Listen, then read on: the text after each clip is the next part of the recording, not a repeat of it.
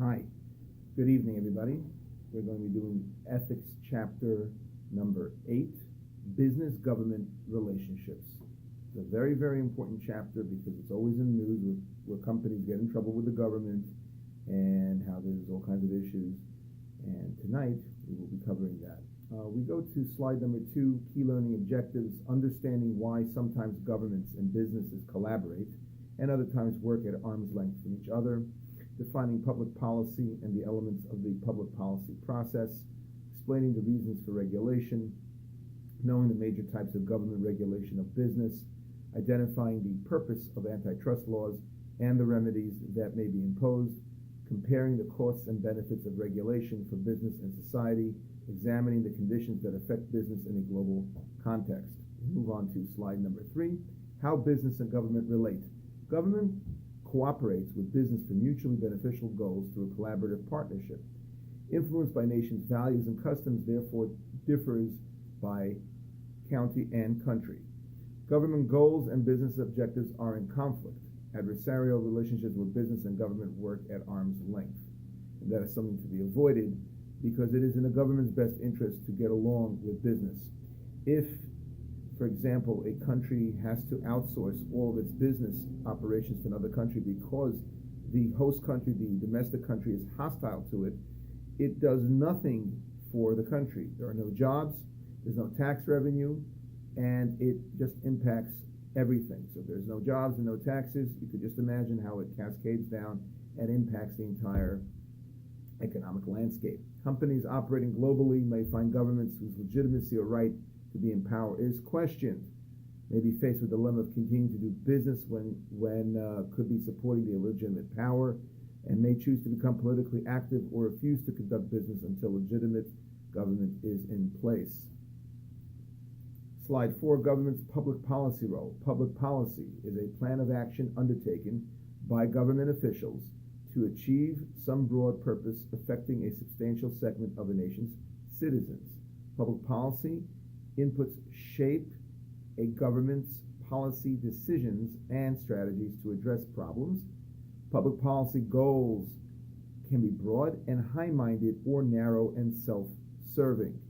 Governments use public policy tools involving combinations of incentives and penalties to prompt citizens to act in ways that achieve policy goals.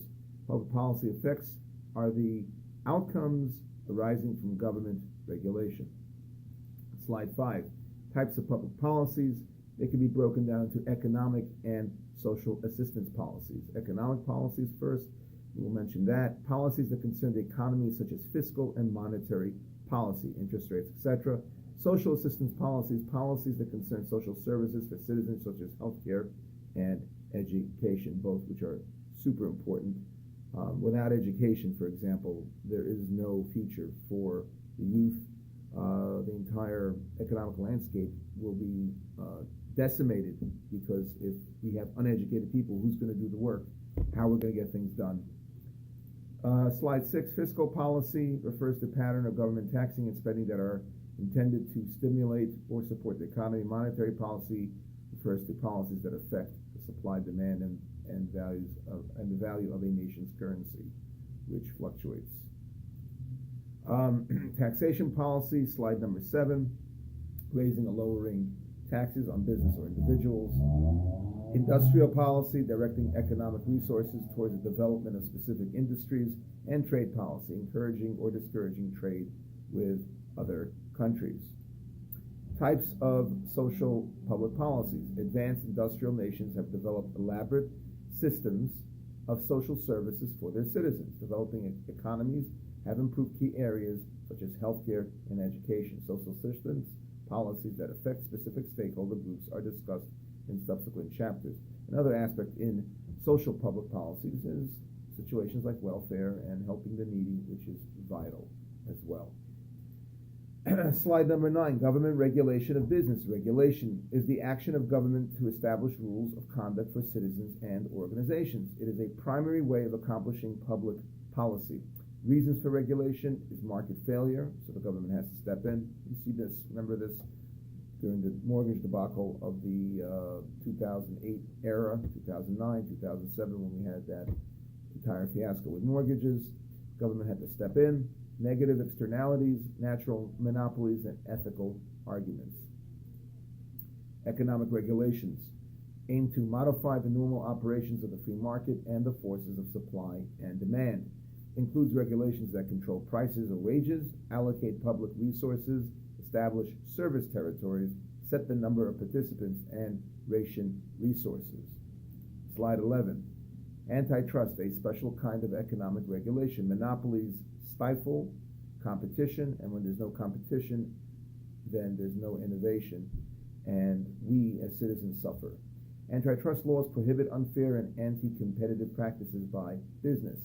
If a group of companies agreed among themselves to set prices at a particular level, this would generally be an antitrust violation, similar to collusion.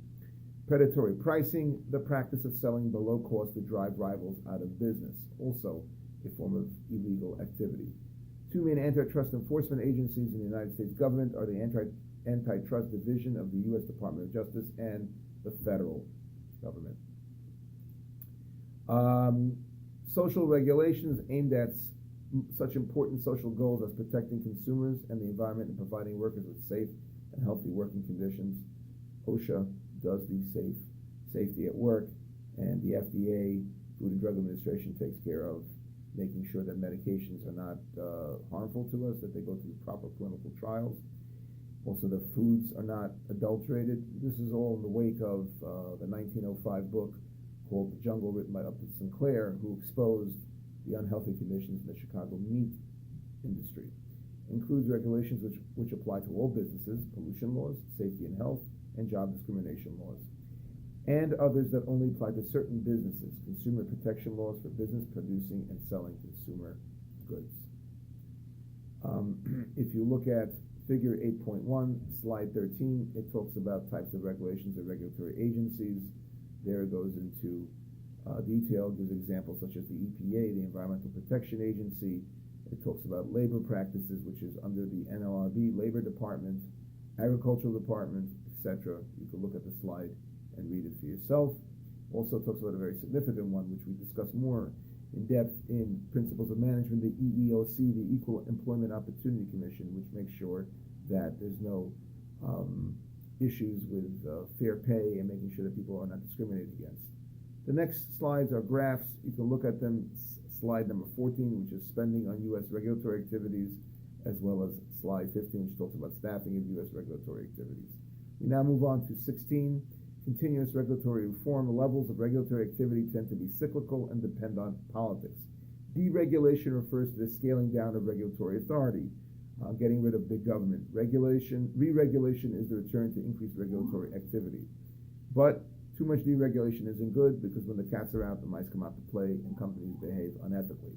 Areas where deregulation has occurred in recent years: commercial airlines, interstate trucking, railroads, financial institutions. Final slide for tonight is slide 17, regulation in a global context. As we know, we live in a global world, a smaller world, although the earth has not shrunk, but due to excellent communication and the internet, we can now communicate better with each other. As patterns of international commerce grow, more complicated governments recognize the need to establish rules that protect the interests of their own citizens. International regulation in general occurs when there is a growth of exiting, yet often conflicting national regulations of a product, or the product itself is global in nature, thus requiring international oversight and control. Finally, sometimes national leaders resist the notion of international regulation, yet at other times international regulation is welcome, or at least accepted as necessary.